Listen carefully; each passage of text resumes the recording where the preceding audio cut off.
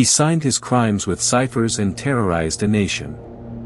Decades later, the hunt to unmask the Zodiac Killer still grips America, demanding answers for the lives he stole. On the chilly night of December 20, 1968, a secluded stretch of gravel known as a Lover's Lane on Lake Herman Road in Vallejo, California, became the birthplace of an enduring American nightmare. 17-year-old David Faraday and 16-year-old Betty Lou Jensen were out on their first official date, parking their station wagon in a quiet turnout away from the suburban traffic. It was just after 11 o'clock when an unknown assailant pulled into the turnout alongside them, abruptly cutting off their retreat. Armed with a .22 caliber pistol, the stranger stepped from his vehicle and fired into the teenager's car, shattering the windows and forcing the terrified young couple out onto the gravel. As Faraday exited the passenger side, the shooter fired a single, fatal bullet into his head at point-blank range.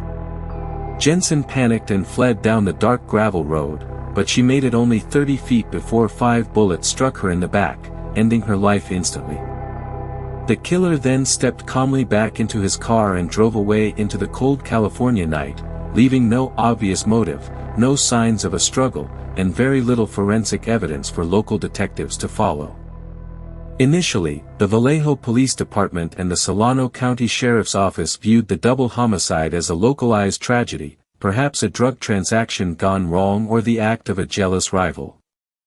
There were no witnesses, no fingerprints, and the ballistics only confirmed that a common Winchester Western cartridge had been utilized. The local community was deeply rattled, but no one could have predicted that this isolated act of brutality was merely the opening salvo in a calculated campaign of psychological terror. The young victims were laid to rest while investigators chased dead-end leads, entirely unaware that the phantom executioner was already planning his next strike just a few miles away. Nearly 7 months after the initial murders, the killer struck again, confirming that a serial predator was now loose in Solano County. On the midnight of July 4, 1969, 22-year-old Darlene Farron and 19-year-old Michael Mageau parked their vehicle at the Blue Rock Springs Park in Vallejo, just 4 miles from the first crime scene. A vehicle pulled into the lot behind them, blinding them with its high beams, before driving away only to return minutes later. A man stepped out, holding a powerful flashlight and a 9mm pistol, and walked directly up to the passenger window. Without speaking a word, he opened fire, discharging multiple rounds into the cabin, severely wounding both Mageau and Farron. Even as the victims groaned in agony, the shooter turned back to his car, but hearing Mageau cry out, he returned to fire 2 additional rounds into each victim before driving off.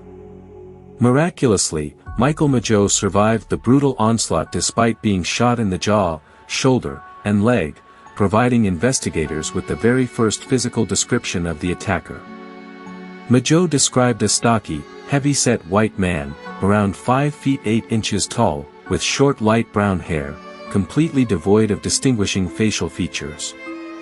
The horror escalated further at 12:40 a.m. when a payphone rang at the Vallejo Police Department, answered by police dispatcher Nancy Slover. A calm, deep, and chillingly deliberate voice spoke into the receiver, stating that he wished to report a double murder, pointing investigators toward Blue Rock Springs Park. The caller then added a terrifying detail, claiming responsibility not only for the current shooting but also for the teenagers killed last December, ending the call by saying goodbye. Police traced the call to a phone booth located just blocks away from the police station, but the phantom operator had already vanished into the darkness. On July 31, 1969, the mystery took a path unprecedented in American criminal history when 3 identical letters arrived at the offices of the Vallejo Times-Herald, the San Francisco Chronicle, and the San Francisco Examiner. The author of these missives demanded front-page publication, threatening to kill a dozen random citizens over the weekend if the editors refused to comply. Each letter contained a detailed description of the crime scenes that only the actual killer and the primary investigators could possibly know, confirming the authenticity of the correspondence. More disturbingly, each letter included 1/3 of a complex, 48-character cryptogram that the writer claimed would reveal his true identity once fully assembled and decoded. The letters were signed with a strange, eerie symbol, a circle intersected by a cross, resembling a crosshair or a watch face. On August 7, 1969, another letter arrived at the San Francisco Examiner, beginning with the terrifying introductory phrase that would become his permanent calling card, "This is the Zodiac speaking." This was the very first time the killer used the moniker, effectively rebranding himself from a hidden predator into a larger-than-life supervillain who craved media attention. The public was gripped by a suffocating panic as citizens stared at the bizarre, geometric symbols printed in the daily newspapers, wondering if their own neighbors could be the monster. Police departments across the Bay Area formed an uneasy alliance, sharing ballistics data and handwriting samples, but the Zodiac remained steps ahead of the law. He had successfully shifted the battlefield from dark, remote roadways into the columns of the mainstream press, forcing the public to become active participants in his morbid game of psychological warfare. While the nation's top cryptographers at the FBI and the Central Intelligence Agency worked frantically to crack the mysterious three-part code, the solution ultimately came from two ordinary citizens. Donald Hardin, a high school history teacher from Salinas, California, and his wife Betty, became completely obsessed with the puzzle printed in their daily newspaper. Working at their kitchen table with colored pencils and grid paper, the couple approached the cryptogram under the assumption that the killer was driven by an intense egotism. They searched for repeating patterns that might represent common English words, specifically guessing that the letters would begin with the word "I" or contain references to killing. On the afternoon of August 8, 1969, after days of exhausting trial and error, their brilliant methodology broke through the Zodiac substitution code, revealing a chilling, continuous stream of text. The decoded message did not reveal a legal name, but it exposed the deeply disturbed inner workings of a homicidal mind, beginning with the words, "I like killing people because it is so much fun." The message continued to explain that killing was better than hunting wild game because man was the most dangerous animal of all, claiming that his victims would become his slaves in the afterlife. The cipher ended with a string of undecoded, gibberish characters, leaving his actual identity shrouded in secrecy. The Hardin solution was verified by authorities, providing behavioral profile experts with critical insight into the suspect's psychological motivations. He was not killing for financial gain or personal revenge, he was killing for sport and a twisted sense of cosmic empowerment, taunting the very society that was desperately trying to hunt him down. On September 27, 1969, the Zodiac shattered the pattern of his previous attacks by striking in broad daylight at Lake Berryessa in Napa County, elevating his theatricality to a terrifying level.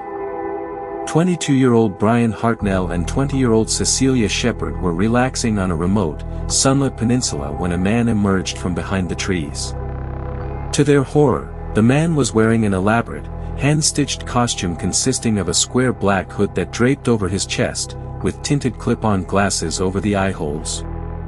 Stitched onto the front of the hood was the white, 3-inch crosshair symbol that had previously signed his letters. Holding a heavy automatic pistol, the hooded figure claimed he was an escaped convict from a prison in Montana and needed money and a vehicle to flee to Mexico. He ordered Shepard to bind Hartnell with pre-cut lengths of plastic clothesline before tying her up himself, his voice completely calm, monotonous, and devoid of nervous tension. Once both college students were bound and helpless on the ground, the narrative took a sudden, savage turn as the man drew a long, 12-inch hunting knife. He knelt and repeatedly stabbed both victims in the back and torso, inflicting horrific wounds before walking away into the hills. The killer walked to Hartnell's car, used a black felt-tip pen to draw his crosshair symbol on the door, and neatly wrote the dates and locations of his previous attacks, including the time of the current assault, September 27, 69, 6:30 by knife. Cecilia Shepard tragically succumbed to her injuries 2 days later, but Brian Hartnell survived against all medical odds, providing police with a chilling, detailed audio account of the killer's slow, deliberate voice. Up until October 1969, the Zodiac had confined his operations to the remote outskirts of the East Bay, but on October 11, he brought his terror directly into the affluent heart of San Francisco. At approximately 9:45 p.m., 29-year-old cab driver Paul Stine picked up a passenger in downtown San Francisco, driving him to the destination of Presidio Heights. At the intersection of Washington and Cherry Streets, the passenger drew a 9mm pistol and fired a single shot into the back of Stine's head, killing him instantly. 3 neighborhood teenagers witnessed the crime from a window across the street, observing a white male wiping down the interior of the cab before casually walking away toward the nearby Presidio Park. The witnesses immediately called the police, but due to an unfortunate, catastrophic error in the initial radio dispatch, officers were mistakenly told to look for a black suspect. 2 police officers, Donald Falk and Eric Zelms, driving down Jackson Street just blocks from the scene, passed a stocky white man walking up the sidewalk. Because of the incorrect dispatch, they did not stop him, merely noting his heavy build, glasses, and dark jacket as he disappeared into the foggy night. Moments later, when the description was corrected, the officers realized with a sickening jolt that they had likely crossed paths with the Zodiac himself. A massive search involving tracking dogs and military personnel swarmed the Presidio, but the killer utilized the dense fog and darkness to vanish into the park system, leaving behind a blood-soaked crime scene and the most accurate facial composite sketch ever produced. Days after the murder of Paul Stine, the Zodiac proved he had escaped the dragnet by mailing a letter to the San Francisco Chronicle that sent shockwaves through the entire school system. The envelope contained a gruesome piece of physical evidence that eliminated any doubt regarding the author's identity, a torn, blood-stained swatch of Paul Stine's shirt. In the text of the letter, the Zodiac openly mocked the San Francisco Police Department, laughing at their failure to capture him as he hid in the trees of the Presidio. He then escalated his psychological terror to an intolerable level by detailing a plan to wipe out a school bus full of children. He claimed he would shoot out the front tire of a bus and then pick off the children as they bounced out of the vehicle, creating a wave of absolute hysteria across Northern California. Armed guards were immediately placed on school buses, police cars escorted elementary school students, and parents kept their children indoors as a suffocating fear gripped the city. The Zodiac also included a new diagram of a bomb he claimed to be constructing out of gravel, transition clocks, and ammonium nitrate, which he threatened to detonate if the newspapers stopped printing his messages. While the bomb threats were later evaluated by experts as largely theatrical fabrications, the real-world impact was devastatingly effective, freezing public transit and exhausting police resources. The killer had successfully demonstrated that he didn't need to pull a trigger to control the daily lives of millions. His weaponized words were more than enough to hold an entire metropolis hostage. On the morning of October 22, 1969, the Zodiac case entered the realm of live television, creating one of the most surreal media events of the era. The killer had previously placed a call to the Oakland Police Department, demanding that one of 2 prominent lawyers, F. Lee Bailey or Melvin Belly, appear on the Jim Dunbar morning talk show on KGO-TV. Eager to establish a line of communication that might save lives, station managers arranged for Belly to sit in the studio while live phone lines were kept open for incoming calls.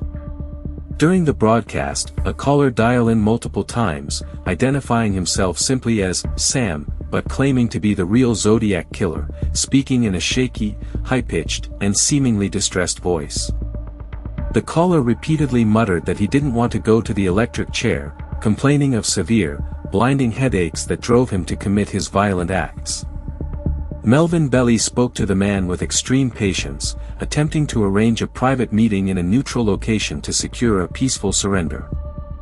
The public watched their television screens with bated breath, believing they were listening to the unmasked voice of the nation's most terrifying predator.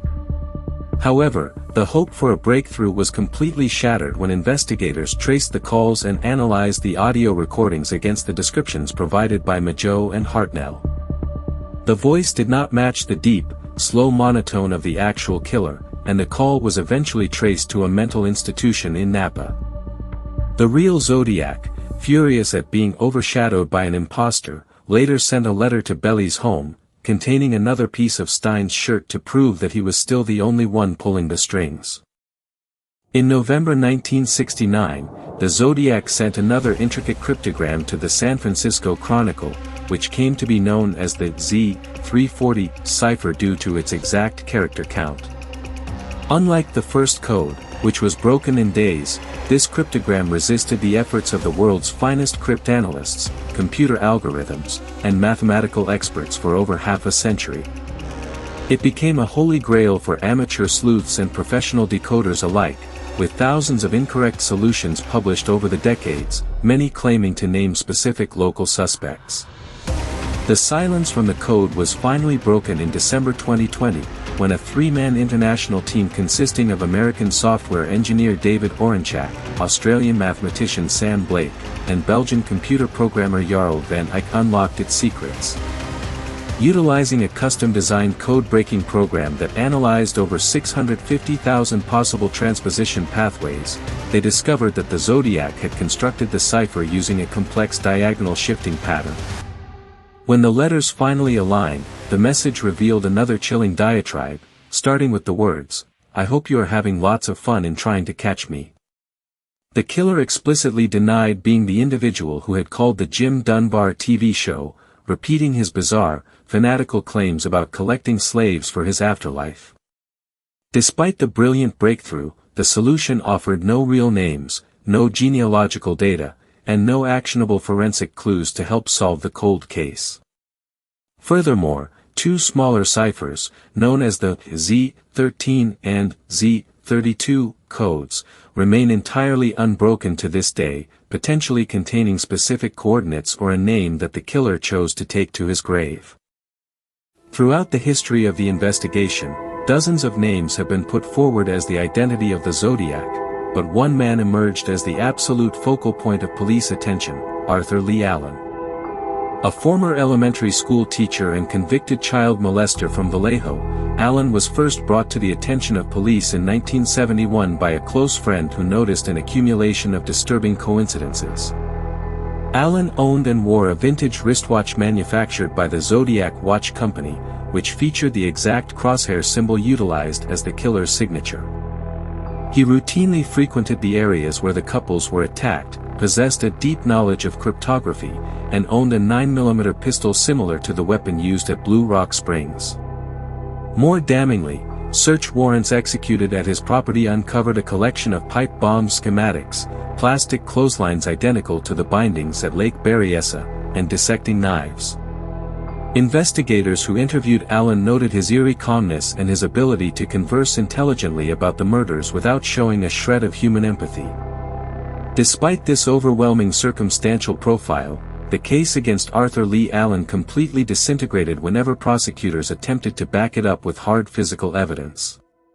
His fingerprints did not match the partial prints recovered from Paul Stein's taxicab, and his handwriting samples were analyzed by multiple experts who concluded they did not match the Zodiac letters. Furthermore, his DNA profile did not match the partial genetic material extracted from underneath the postage stamps of the taunting envelopes. Allen maintained his innocence until he died of a heart attack in 1992, never facing formal charges, leaving investigators divided on whether he was the most brilliant criminal mastermind or merely an eccentric red herring. In the modern era of forensics, the sudden rise of genetic genealogy has successfully closed dozens of cold cases from the 1960s, but the Zodiac case presents a unique, frustrating biological barrier. In 2002, the San Francisco Police Department attempted to construct a partial DNA profile by utilizing advanced forensic techniques on the saliva residue left on the envelopes and stamps mailed by the killer. This partial profile was utilized to officially clear Arthur Lee Allen and another prominent suspect, Don Chaney, via genetic exclusion, providing a momentary wave of optimism among detectives. However, many veteran investigators openly question the scientific validity of this profile, pointing out that the envelopes have been handled by dozens of journalists, postal workers, and police officers over the decades. The risk of touch contamination is exceptionally high, meaning the DNA recovered might belong to an innocent archivist rather than the actual killer. Furthermore, it was common practice in the 1960s for people to use damp sponges or office rollers to seal envelopes, meaning the Zodiac may never have left his saliva on the paper at all. In recent years, laboratories in California have attempted to extract a clean sample of hair or skin cells from the underlying glue of the stamps, hoping to find a direct match in modern genealogical databases. Until a pristine, undeniable sample of the killer's DNA is isolated, the case cannot be solved through computers alone, leaving science at a standstill against a ghost who operated in an era before DNA replication was ever imagined. In his final, frantic letters to the media, the Zodiac boasted that his body count was steadily rising, eventually claiming to have taken the lives of 37 individuals across California. He would draw a running tally at the bottom of his notes, writing things like Zodiac equals 37, SFPD equals 0, in an attempt to project an aura of absolute omnipotence. However, when forensic pathologists and homicide detectives strip away the killer's self-aggrandizing exaggerations, the verified historical record paints a much more specific, contained picture of destruction. Law enforcement officially attributes exactly 5 murders and 2 attempted murders to the Zodiac Killer, spanning from December 1968 to October 1969. Investigators have spent decades looking into numerous unconfirmed cases to determine if they belong within the Zodiac's timeline, including the 1966 murder of Sherry Jo Bates in Riverside, California. Bates was stabbed to death on a college campus, and subsequent letters sent to her family mirrored the tone of the Zodiac, but handwriting experts remain starkly divided on the connection. Other potential victims include Kathleen Johns, a pregnant woman who claimed she was abducted with her infant daughter from a highway near Modesto in 1970 by a man matching the composite sketch. Johns managed to escape into a field, and the Zodiac later took credit for the abduction in a letter, but her identification of the suspect was never legally verified. By claiming every unsolved disappearance in the state, the killer sought to amplify his myth, constructing an illusion of omnipresence that obscured the real, devastating losses of the families left behind. One of the most frustrating aspects of the Zodiac investigation is the question of why a man who left behind so many letters and clues was never apprehended by the law. The answer lies largely in the severe technological limitations and the extreme jurisdictional fragmentation of late 1960s law enforcement. The Zodiac committed his crimes across 4 distinct California counties, Solano, Napa, Contra Costa, and San Francisco, meaning the investigation was carved up among multiple independent agencies. In 1969, there was no centralized computer database like the modern NCIC, no shared digital fingerprint network, and no protocol for cross-county task forces. The Vallejo Police Department, the Napa County Sheriff's Department, and the SFPD operated as completely separate kingdoms, often hoarding evidence and failing to communicate critical details in real time. Handwriting samples had to be physically mailed across the state, and ballistic comparisons required driving physical slugs from one laboratory to another under strict chains of custody. This administrative wall prevented investigators from connecting the dots immediately, allowing the killer to exploit the boundaries between city lines to escape oversight. By the time federal agencies like the FBI stepped in to coordinate the data, the trail had already grown cold, and the killer had ceased his public communications. The system's inability to unite against a single, mobile threat allowed the Zodiac to slip through the gaps of a broken net, proving that bureaucratic friction can be just as deadly as a physical weapon. Today, nearly 6 decades after David Faraday and Betty Lou Jensen pulled into the gravel turnout on Lake Herman Road, the file on the Zodiac Killer remains officially open. The Department of Justice in California, along with local police departments in San Francisco and Vallejo, still receive hundreds of tips every year from amateur sleuths, genealogists, and true crime enthusiasts. The mystery has transformed from an active criminal hunt into a cultural phenomenon, inspiring films, books, and endless digital forums dedicated to unmasking the phantom. Yet, behind the pop culture fascination lies the somber reality of an unpunished monster who successfully cheated the justice system, likely taking his dark secrets to an anonymous grave. The case remains a haunting monument to the limits of human investigation, a puzzle where every piece almost fits, but the complete picture remains forever out of reach.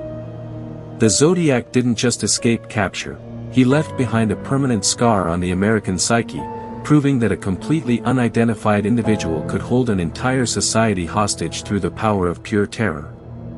As the years march on and the surviving witnesses and detectives pass away, the truth recedes further into the fog of history, leaving us only with the yellowed paper of his letters, the geometric symbols of his unbroken codes, and the silent, unresolved grief of his victims.